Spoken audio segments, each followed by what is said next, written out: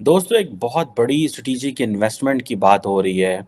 American अरब states और India के साथ मिलके जो कि एक मेजर इंफ्रास्ट्रक्चर प्रोजेक्ट होगा जो कि गल्फ ममालिक को रेलवे के ज़रिए कनेक्ट करेगा इंडिया के साथ एंड शिपिंग लेन्स के ज़रिए कनेक्ट करेगा। बिलावल भुट्टो बर्दारी वापस पहुंचे अपने कंट्री और वहां जाकर उन्होंने प्रेस कॉन्फ्रेंस की कि हम खुद विक्टिम हैं और हमें मुसलमानों को टेररिस्ट लेबल किया जा रहा है। ये कहानी वहां जाके बोली इन्होंने। वो ऐसा बात करते हैं जैसा कि टेररिस्ट कहीं स्पेस से आके उनको मार रहे हैं।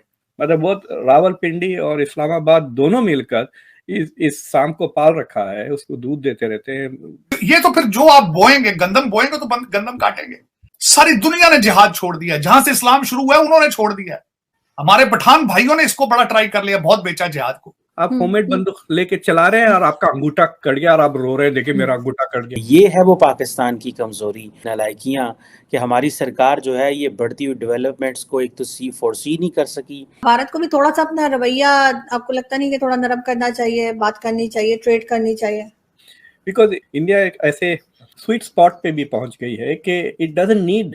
अब ये जो स्ट्रेटेजिक इंफ्रास्ट्रक्चर के प्रोजेक्ट्स हैं मिडिल ईस्ट में, पाकिस्तान इसमें से बाहर है। इंटीग्रेशन इंडिया की तो सारे दुनिया से होगी, हम किस खूबसूरती से अफगानिस्तान के साथ क्लब हो गए। हेलो दोस्तों, स्वागत है आप सभी का एपी ज्ञान चैनल पे। तो फ्रेंड्स, आइए देखते हैं पाकिस्तानी मीडिया की लेटेस्ट वीडियो।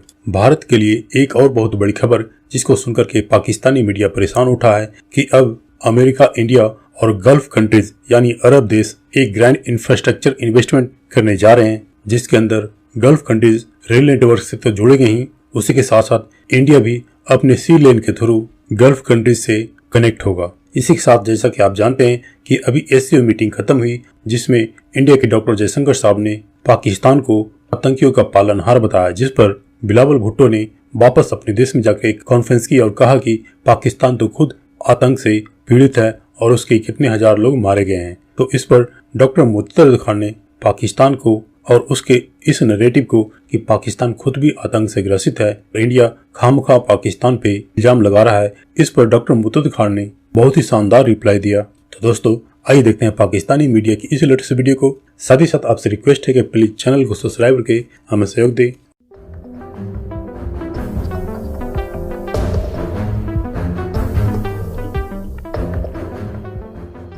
दोस्तों एक बहुत बड़ी स्ट्रेटेजिक इन्वेस्टमेंट की बात हो रही है।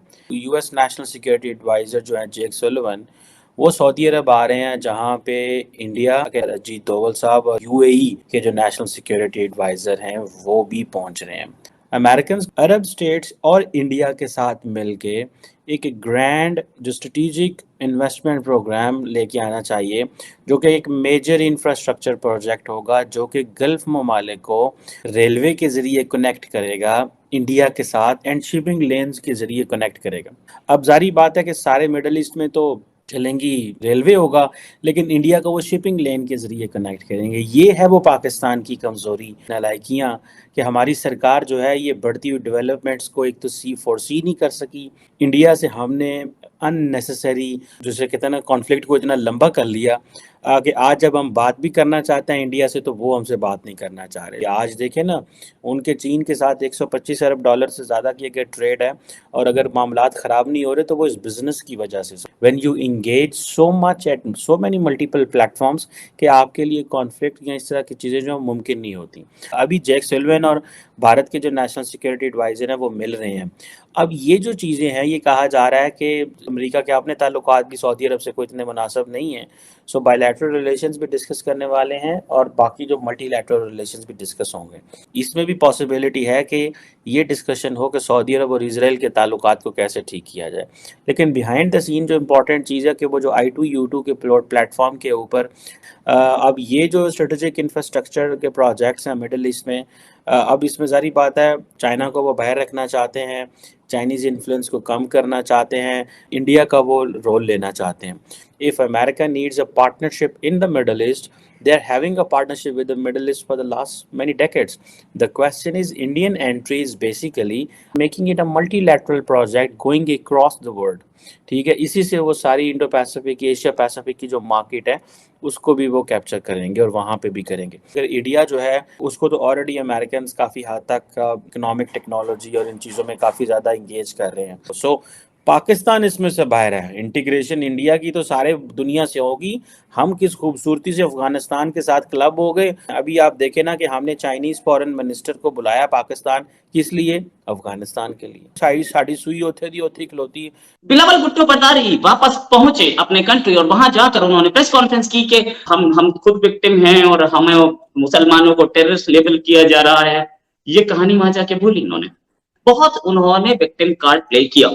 देखिए, it's a very strange thing. Pakistan की जो ऑफिशियल नैरेटिव अब बन गई है कि हम सबसे बड़े विक्टिम्स हैं टेररिस्ट के, वो ऐसा बात करते हैं जैसा कि टेररिस्ट कहीं स्पेस से आके उनको मार रहे हैं। ये टेररिस्ट टीटीपी की बात करते हैं ना, व्हेन दे टॉक अबाउट जो 2014 से 2018 तक जो आपने जंगें लड़ी हैं टेररिज्म के खिलाफ, ये टीटीपी के खिलाफ है। फिर आप ही के प्राइम मिनिस्टर ने उनको वापस बुला लिया, उनको जेल से भी रिहा कर दिया। आप ही के प्राइम मिनिस्टर उनके साथ डायलॉग किया।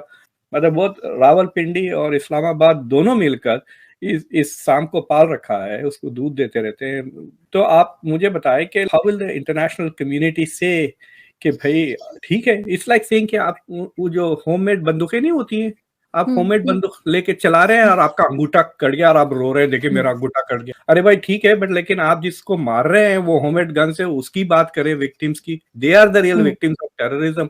आप तो collateral damage of your own policy. तो दैट इज द पॉइंट। जब तक आई थिंक कोई हिम्मत वाला कॉन्फिडेंट पाकिस्तानी ये बात नहीं कहता पब्लिक में कि हमारी पॉलिसीज पहले गलत थी and I am going to clean the house, so that is the point. It is वो क्लैरिटी ही। लेकिन सर अगर कोई ये बात कह भी दे कि चले हम अभी अपना घर साफ कर रहे हैं या हम अभी इनके ऊपर ऑपरेशंस कर रहे हैं, तो इसके लिए ये कहना भारत की तरफ से कि जब तक ये चीज खत्म नहीं होगी तो हम बात नहीं करेंगे, कोई किस्म का डायलॉग नहीं कर सकते पाकिस्तान के साथ, तो इसका तो मतलब है सालों आप बात नहीं करेंगे। ये मतलब चीजें ऐसे तो नहीं चलती ना। भारत को भी थोड़ा सा अपना रवैया आपको लगता नहीं कि थोड़ा नरम करना चाहिए, बात करनी चाहिए, ट्रेड करनी चाहिए?